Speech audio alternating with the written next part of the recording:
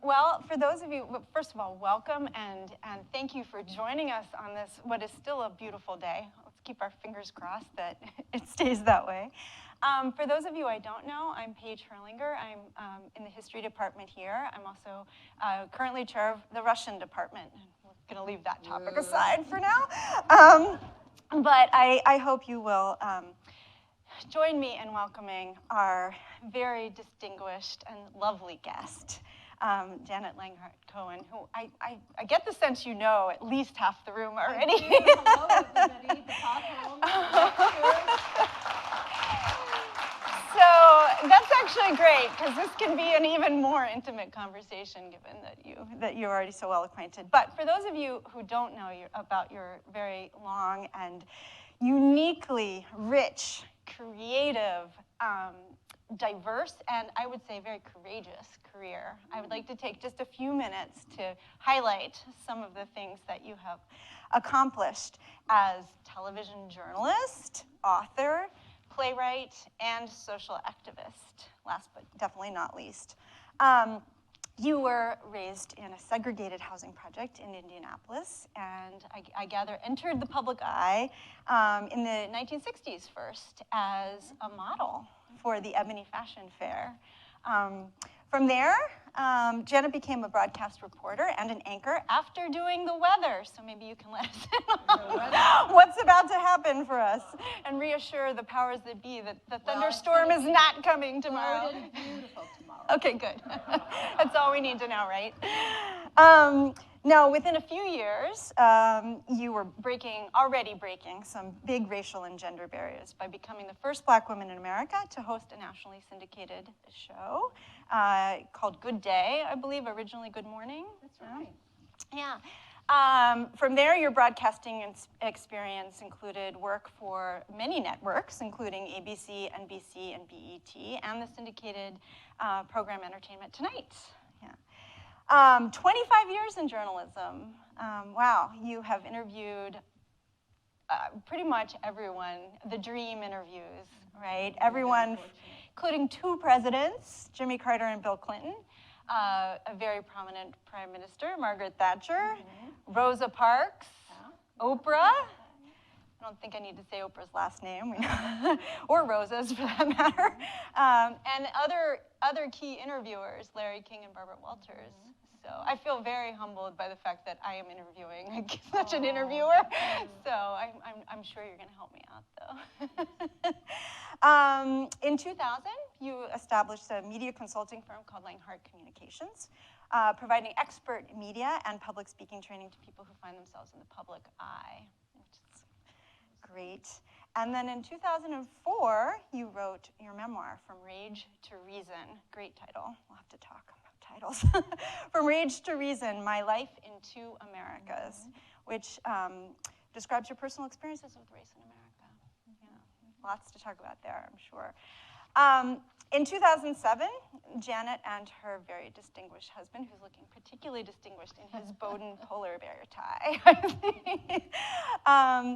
who has, as we all know, led us in so many ways as Senator from Maine, as a former Secretary of Defense, Bill Cohen, and of course as a member of the class of 1962. And in his long list of honors was the recipient of an honorary degree in 1975. So together, among the many things that you have done, and your collaborative marriage is one of the many things that makes you extraordinary, together you wrote Love in Black and White, another memoir about race, religion, and romance, and later together edited Race and Reconciliation in America. I'm sure never taking a backseat. You were very active in your husband's career, have been very active in his career, particularly supporting his mission as Secretary of Defense, dubbed the First Lady of the Pentagon. Great title, too. You established the Citizen Patriot Award, the first Military Families Forum, for which I believe President Clinton was quite appreciative. And you created and produced an annual musical salute to the military entitled The Pentagon Pops. Then you decided, as if all that was not enough, to become a playwright. And in 2009, you produced a one-act play called Anne and Emmett, which I'm going to ask you more about in a minute, based on the lives of Anne Frank and Emmett Till, which premiered at the U.S. Holocaust Museum under extraordinary circumstances, which we can come back to as well. For those of you who don't know, the play imagines a conversation between Anne Frank, who we all know was killed by the Nazis during the Second World War for being Jewish, and Emmett Till, the black teenager who was also horrifically murdered, but this in the 1950s Jim Crow South. And his murder was a foundational moment for the civil rights movement. So lots and lots of great topics to talk about. I'm thinking, how old am I? Well, how experienced are you? That's how we think about it, right? I really want to dig into this play because for those of you who don't know, I do teach the Holocaust here at Bowdoin. Do you? And yes, I do. And so I'm very interested in your play and speaking more about that. But I want to start off with a slightly more personal question before we get into the more serious stuff. What does a woman with so much going on, what does your ideal day entail? And I don't mean the day off, because I imagine you don't take too many days off, but like, what would that ideal, perfect day for you? This is one of them. There you go. Yeah, being here, this is my first time on campus, and I'm of the class of 2022. So I've got one on you, Bill. But Paige, thank you for that introduction, and that's an interesting question. Today being an ideal day, we got up in Maine, beautiful weather, and we went to the commissioning of a young Marine who has graduated from Bowdoin. And the ceremony was like a sentimental journey for me to go back to the days when Bill was Secretary of Defense. And to see him all dressed up in his uniform and to see the families there. And the families, when Bill was Secretary of Defense and I was there, the families taught me so much, especially the wives. And back then, most of the spouses were women. And to be there today in this beautiful campus on graduation weekend with my husband, my beloved, that's an ideal day. Another ideal day is just at 81 years old, getting up, being vertical, and mobile. That's an ideal day. But Bill and I have two puppies, Lily and Lacey, two Maltese puppies, and being with them and just observing them, I thought I was training them, but I learned they've trained me. Yes. So observing them, that's an ideal day. So any day that you can serve, any day that you can observe something wonderful, and just be with friends. And I want to thank all of you for coming out. I really appreciate it. It's so beautiful outside, and you're inside with us. So thank you very much. And it's nice to see Chris and Sandy Potholm. We love you both so much. And we've just met Peter Webster. I don't know where he is. There you are, Peter. And I want to thank Clayton and his beautiful bride for hosting us. Thank you so much, Mr. President and Madam President, for hosting us. And the committee, I don't know if the select committee of the honorees or the honorettes, as they're called, because we're all women.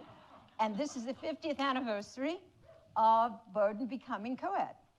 So I'm delighted to be an honorette. Yeah. Well, we're delighted that you are, and certainly have earned that. Thank you. So can we turn to the play? Because I really want to hear a little bit more about this. Now, you already, by the time you started thinking of yourself, thinking of this play, you had written quite a bit, I understand. Although, having written things myself, switching to playwriting, very different. But I'm very curious to hear how you came up with the idea to begin with, and then sort of what your process was for thinking about these very difficult issues. I guess the best way to answer that, Paige, is to say that, to talk about what nurtured me, my family, my mother in particular, a single parent growing up in what we call Jim Crow America or segregated America, and I call it apartheid America. To grow up colored, Negro, Black, African American, another pejorative you could use. That kind of shaped me. And being born in 1941 in the shadow of World War II, war was over us. I was born 15 days after that day in infamy on December 22nd. And having the war mentality and consciousness of everybody being together. But as I and the country came of age, it seemed as though we came apart, particularly in the 60s. And I hadn't realized that we'd been apartheid since emancipation. So my mother's nurturing of faith, work ethic, love of family, nurtured me, my teachers, the elders in the community.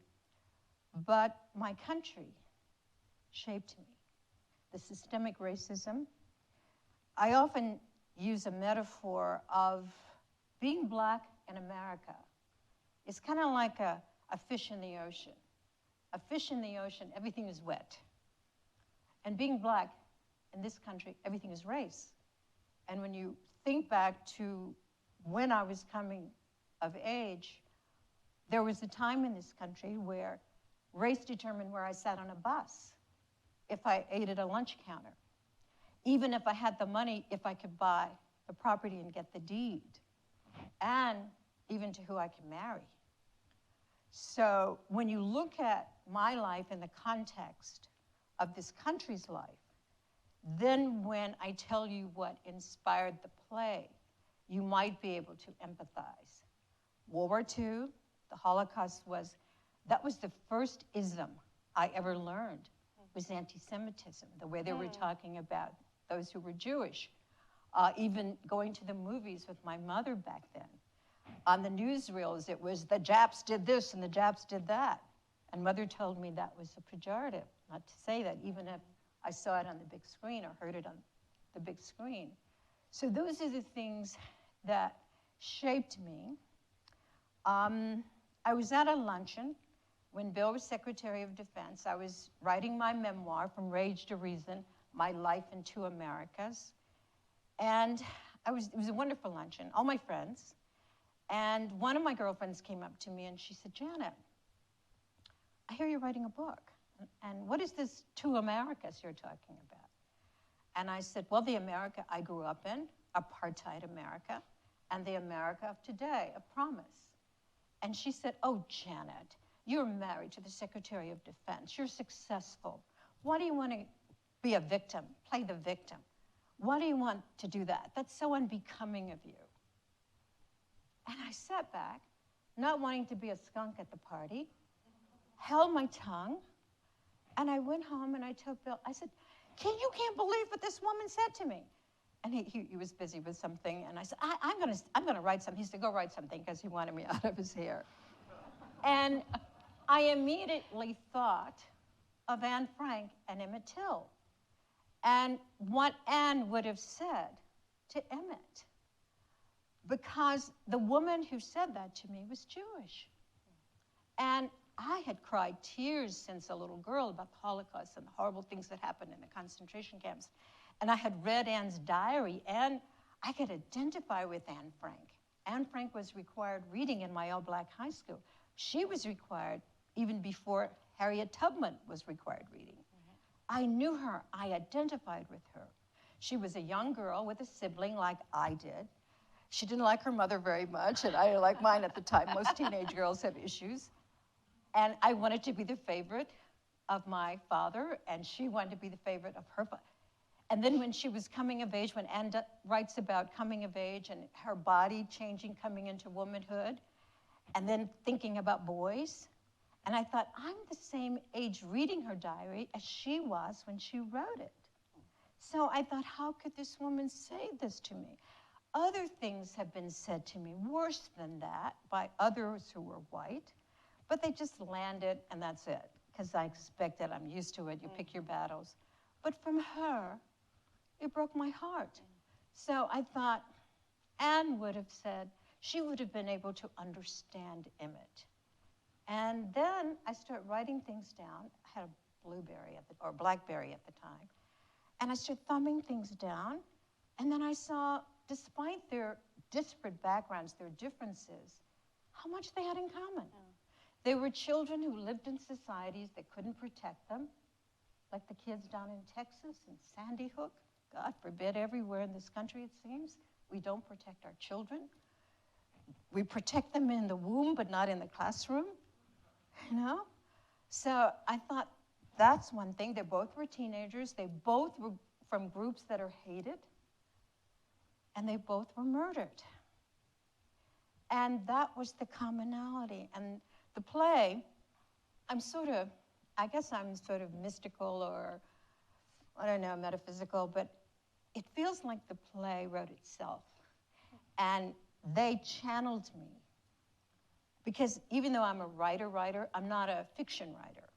So even though they're real people, this imagination is mine.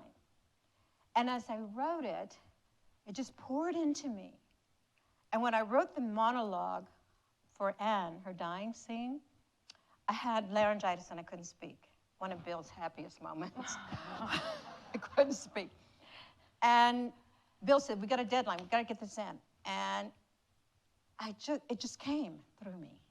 Anne came through me. I felt her. Emmett's was harder to write. Emmett didn't have a diary that I'm aware of, or anything that he's written. We only know what his mother said, and I met his cousins.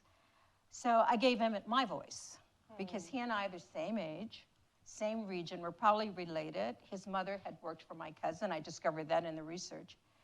So I gave him my voice. And then when the play was stood up as a reading at Emerson College in Boston, it was as though the play was going on. I was watching the play. Bill and I were holding our breath because it's the first time we'd seen it. And it was though something was tapping me like this on the back. So afterwards, I said, when we went home, I said to Bill, Mamie and Otto have to be in this play. Mamie Till Mobley, the mother of Emmett, and Otto Frank, the father of Anne. And if it hadn't been for these two parents who lost their children, we wouldn't know about them. With Otto finding Anne's diary after he was released, finding her diary and pushing to have it published and wanting to have a play about Anne. He wanted the world to know what had happened to her. And Emmett's mother insisting that the coffin be open so the world could see what this country does to Black people. And Jet Magazine, a company I later worked for, Mr. Johnson had the courage to print that because he could have lost advertisers. He printed that. And I go back to the summer of 1955. I'm just 14. And I'm reading her diary, and I just closed her diary, and the pages are tear-stained. I closed her diary.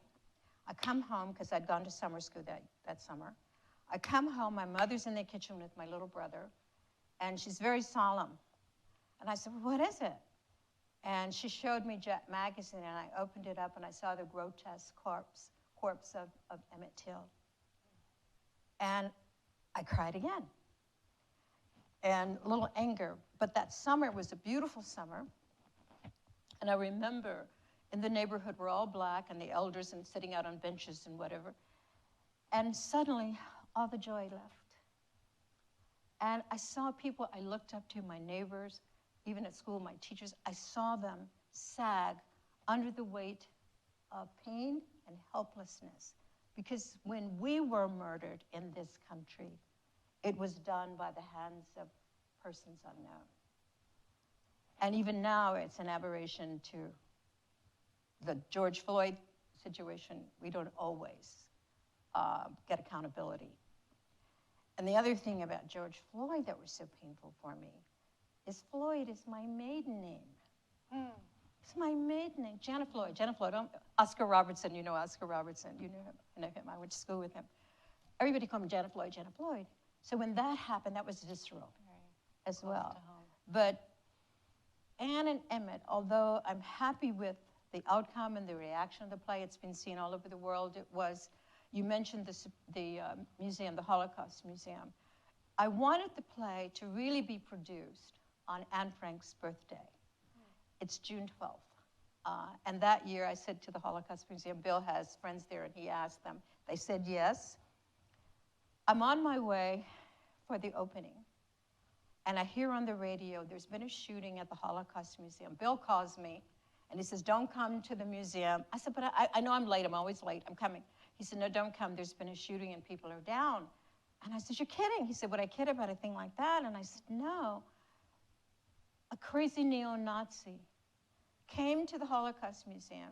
A black security guard opens the door for the elderly man. He's in his 80s, opens the door for him, and he pulls out a gun and blows him away. On the day that my play, this is how the play gets launched. It's the play about hate, and it can't even get up on its feet because of hate and anti-Semitism. So the irony was, here's a play about hate to be held at the Holocaust Museum about Anne Frank and Emmett Till, and a neo-Nazi kills a black security guard. Yeah. You can't make it up. You couldn't have written that. Couldn't have written it. Yeah. But it's also been at the Supreme Court. Justice Ginsburg, notorious. Wow. She hosted us. We just come back from Amsterdam, where I visited the Anne Frank house. And people said, oh, well, you go to the Anne Frank house, are you going to go to Money, Mississippi, where Emmett was murdered? And I said, no, I live in Money, Mississippi. You can't turn on the TV without seeing something to do with race or hate. And so, no, that's a long story about the play, but you can tell it's so much a part of me now, and it's a part of all of you as well, the history. No, thank you for that. It's really, when you spoke about your relationship to each character, that's really fascinating to me, especially, we don't know as much about Emmett because he didn't leave his own words, but you stepping in and you're being the same age, that's fascinating. I am curious though, you mentioned how happy you've been with the response to the play, and I would imagine it's very powerful. I have to believe you did some research because I did. You really hit on you managed to distill a lot of really important information, but also really important questions that are still with us about race. But it's complicated. And I wonder, were there any real stumbling blocks for you as you were writing it, or really big walls that you had to get over? Stumbling blocks. It's funny you should say that, because a third grade teacher said, make every stumbling block a stepping stone. So I used them that way, and I learned. Every time there was a stumbling block, I learned. Like, for instance, I wanted to put the menorah. My not being Jewish, I had to be very careful in how I handled that, but also handling Anne. She's sacred. She's sacred to all of us because she symbolizes something about mankind. Her belief in the goodness of people despite what she was going through, and the evil that destroyed her, the contrast. And then as I was reading about her, I thought, when I put the play up, I'll put a menorah on the set. And then I did my research and discovered they weren't religious, they were secular. And I thought, that's taking too many liberties. I have Jewish friends, when they learned that I was doing the play, they would say, one said, you're not going to change our Anne, are you? And I thought, she's mine too. No, I love her. I'm going to be true to her. And I felt like a parent. Those of you who are parents and have more than one kid, you can imagine what it's like to treat them all equally, even though they're different and they have different needs. So I had to be special, take special care with her for so many reasons. With Emmett, I had many of my black friends say, why aren't you including Anne Frank in this? Everybody knows about Anne Frank. Talk about Emmett Till. And I understand that point of view. But you can't appreciate Emmett, given that if I were to ask everybody in this room, maybe not this room, but everybody in the classrooms where the play has been of middle school, and I would ask, how many of you have heard about Anne Frank? Every hand goes up. If I ask, how many of you have heard of Emmett Till? One or two hands go up. So I could understand the black point of view and wanting to get that story out. Not to compete, not to one-up, But hey, we're still in this, in our lingering Holocaust, small h, Holocaust. So that was really rough, trying to reconcile that, and then taking liberties with people I really didn't know, had only read about. So I read Emmett's mother's book, The Death of Innocence, and speaking of that, most of the people of my generation, they would say that John Kennedy's assassination was the death of their innocence. And for Black people of my generation, it's Emmett Till's murder that was the death. And we're 14 years old. So trying to reconcile all of that, then you have the theater. The theater, I love this room. I was here last night. The theater, this is like a temple. Because what lectures or art or film or books can do, they can take you someplace you've never been.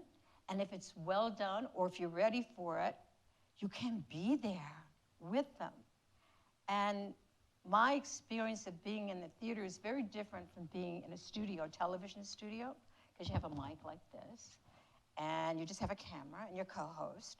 But in the theater, you have the director, the costumer, the light man, the sound man, and the actors, and the most important person to show up is the audience.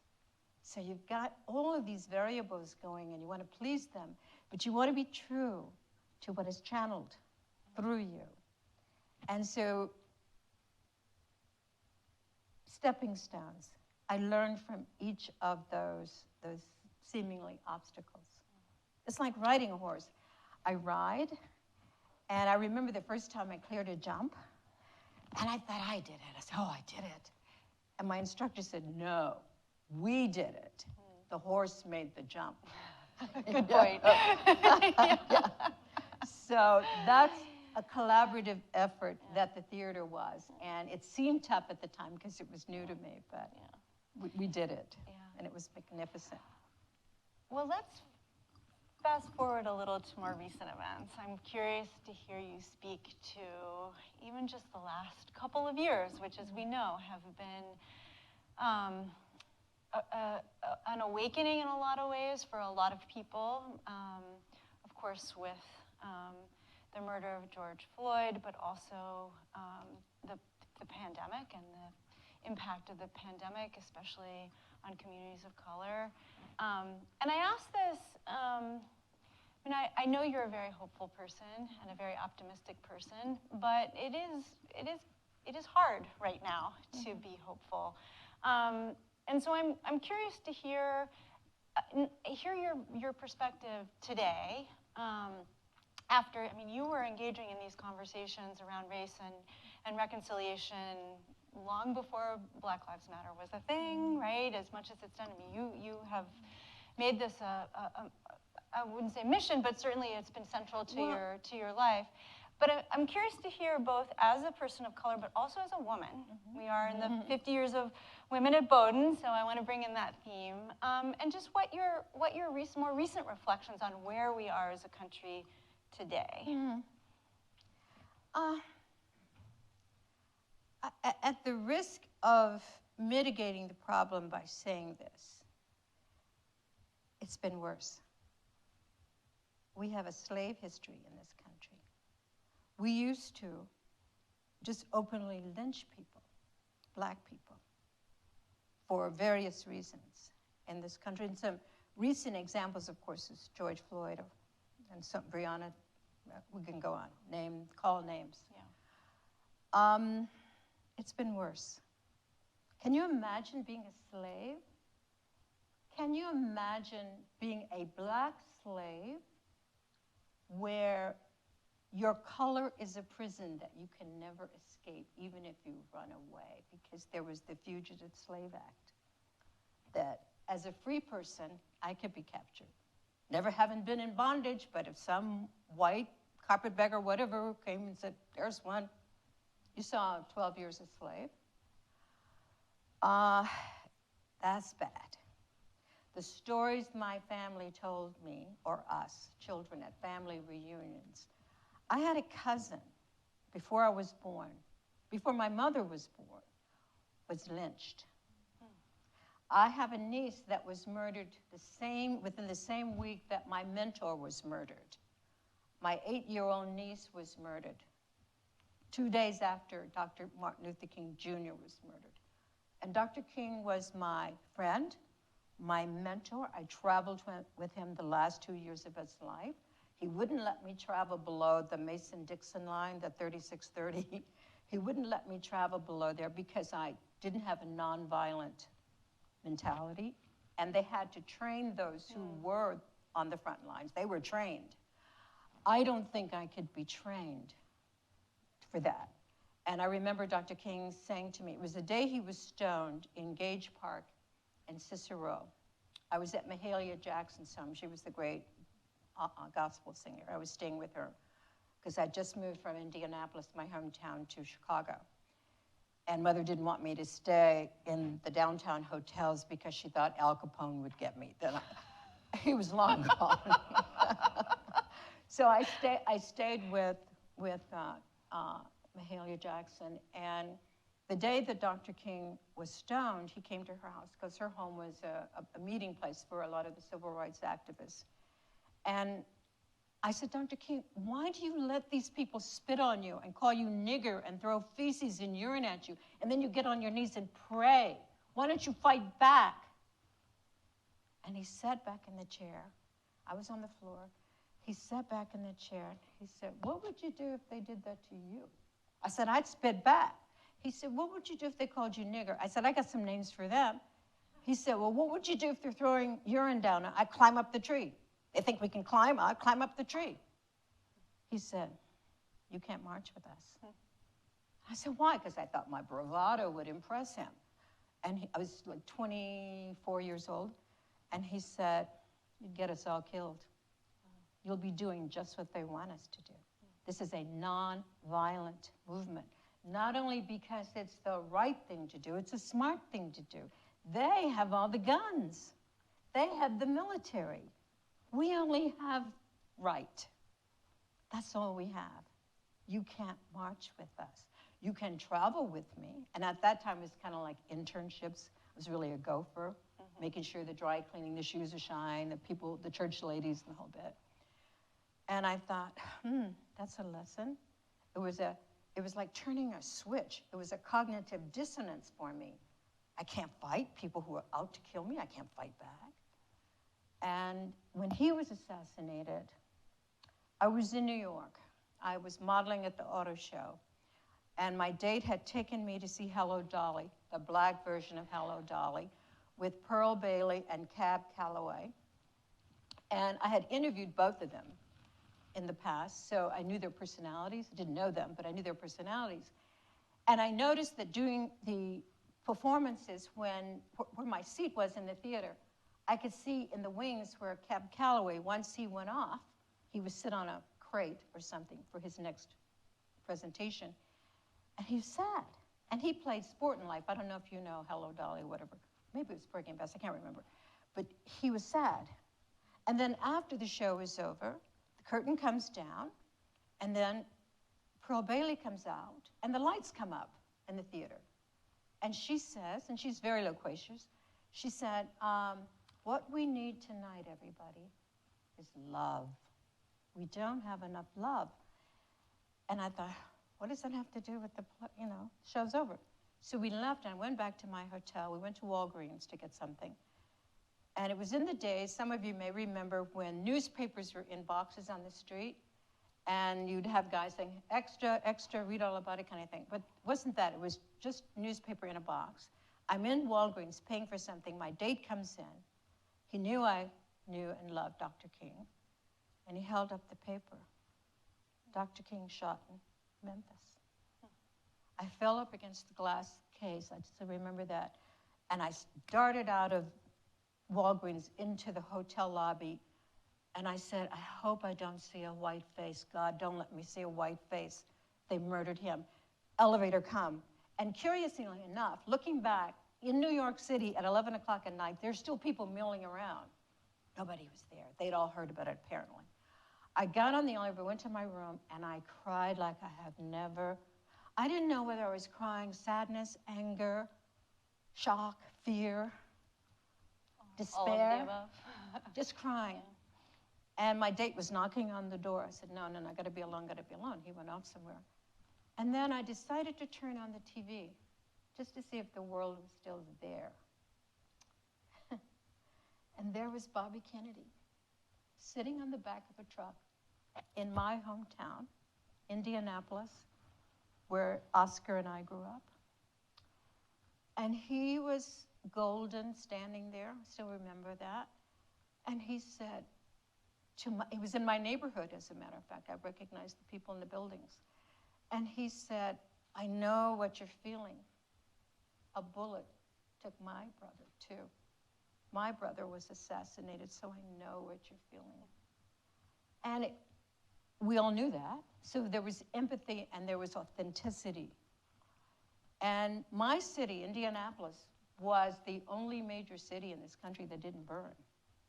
And it was because of Bobby and his saying that. And I got up, wiped my eyes, the phone rings. It's my mother. And she says, how are you, honey? And I said, I'm okay, Mom. I'm heading down to Memphis. We're gonna go with Martin's body to Atlanta. Everybody's meeting there. She said, well, I think you ought to come home, honey. And I said, I'm okay. I want to go be with Martin. And she said, I think you need to come home. Paula needs you. Myrna has been murdered. My 8-year-old niece. I said, what happened? She was singing in the choir. A gunman was shooting, shot the pastor, shot the pastor's wife, and murdered my 8-year-old niece who was singing in the children's choir. She had long, thick braids, and the medical examiner told us that the impact of the bullet, and this is before the weapons they're using now, the impact of the bullet unbraided her hair. Wow. And I thought, what in the world? I lose Martin on April 4th, and then we're burying her on April 10th. And as we're picking out, I went back home, and as we're picking out her casket, the family and I, on the radio in the casket factory was Mahalia singing. And I thought, geez. But now I'm thinking, when I think about that, to the point of your original point of your question, is there despair? Am I hopeful? I'm not quite Anne Frank. I'm not that hopeful. But I remember Elie Wiesel when I had lunch with him one day. And I said, Professor, do you think that hate is part of the human heart? And he said, yes, but so is love. And that kind of lifted me to a place where we can still, if we're not hoping, we can keep reaching for it. Another of his many quotes, another quotes, and I won't get it exactly right, but it's to the effect that in the end it's all about memory. Oh, and yes. I think one of the things that,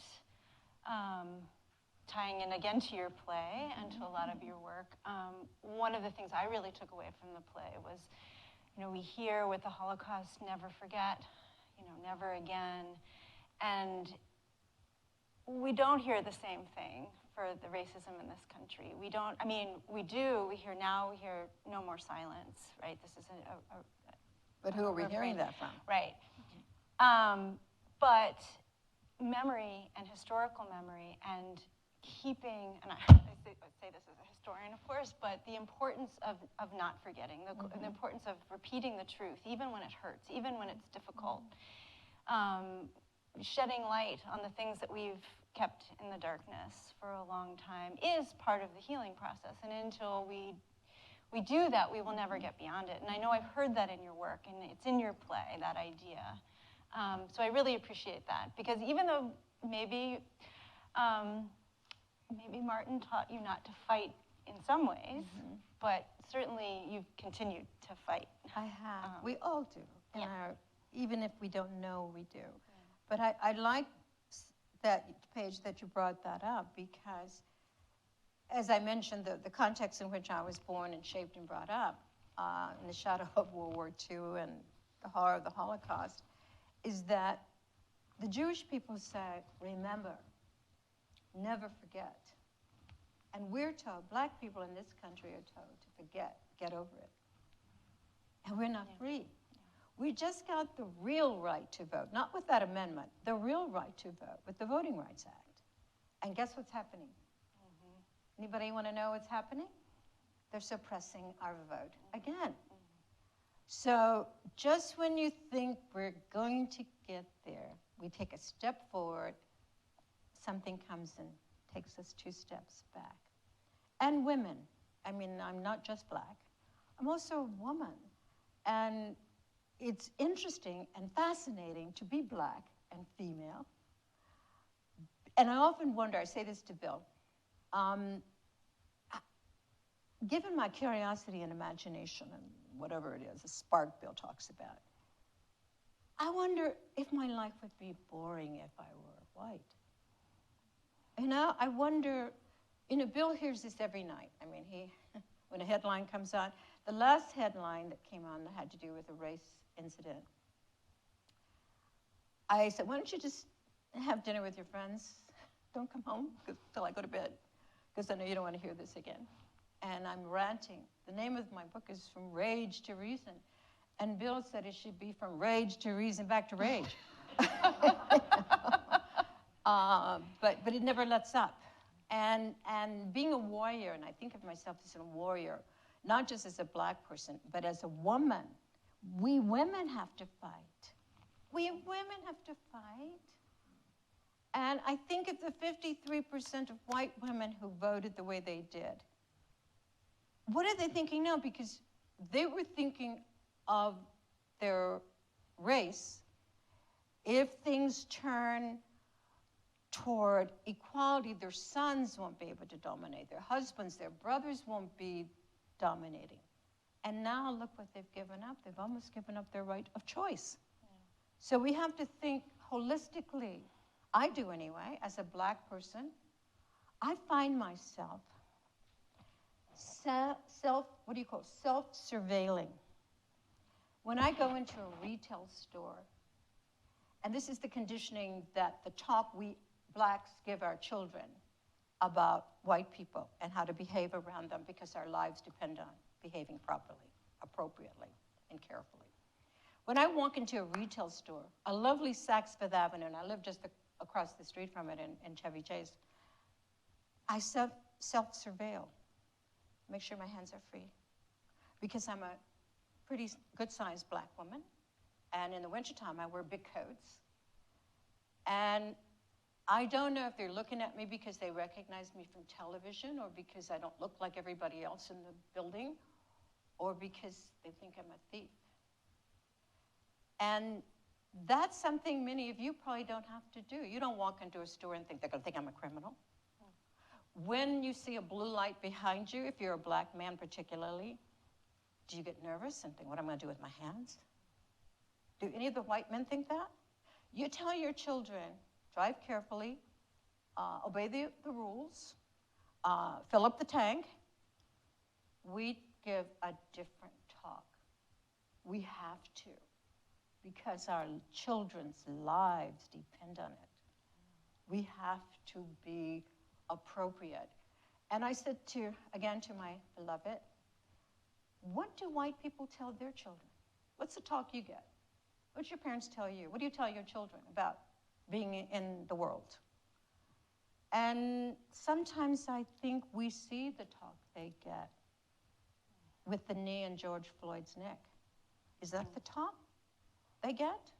Or maybe they don't get that talk. They need to talk about that. And coming up, I remember the first time I heard someone white, an anchor on TV, say the word racism.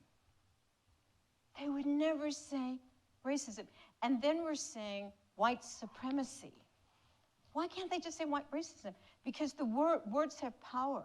And if you say supremacy, that could mean supreme. superior. Why can't we call it? And I'm waiting for the day, despite my play being in these major institutions from the Supreme Court on, having it banned. Because I'm talking about aspects of our real history, and I'm talking about anti-Semitism. So I'm waiting for that to happen. Well, I certainly hope we We'll won't see. go there. But this, It's in Mississippi now, isn't it, Bill? So that's a start. well, this Alabama. Alabama. All right. Well, and yeah, I hope it keeps showing up. We need all the help we can get to get these really important messages out, and as you point out, to counteract some of those less favorable conversations that go on in some homes, and teach our next generation to But think. having said all that, there are some well-meaning comments that come. Like one of the US senators said to Bill when we were dating, which one of Janet's parents is white? And Bill said, neither one. Why? Well, she's so intelligent. Oh, wow.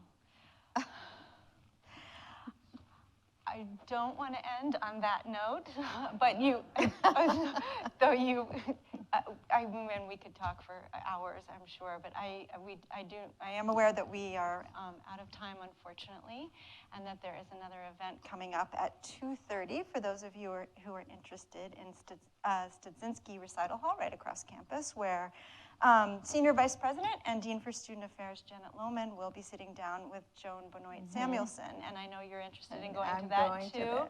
But before we break, I want to thank you from the bottom of my heart, not only for talking today, but for all the work that you have done, and for being, honestly, the kind of role model that I think we could all use in our lives. Wow. So it's been lovely chatting with you, and I hope you enjoy the rest of your time here on campus, and we'll come back now that you have a degree from Bowdoin, or as soon as you have one, you will be coming back, yes. Well, Paige, I want to thank you. You're a great interviewer, and I know how tough that job is, having to ask the questions. You've been very kind. Do the follow-up, and I just want to do a plug for her. She's written a great book called Working Souls, and it's about Russian Orthodoxy, and there's some parallels that you write about that are relevant to what we're experiencing here in America. And it's a great work of art and hard work, and congratulations to you. Thank you. So thank you all again for joining us today. Let's do a round of applause.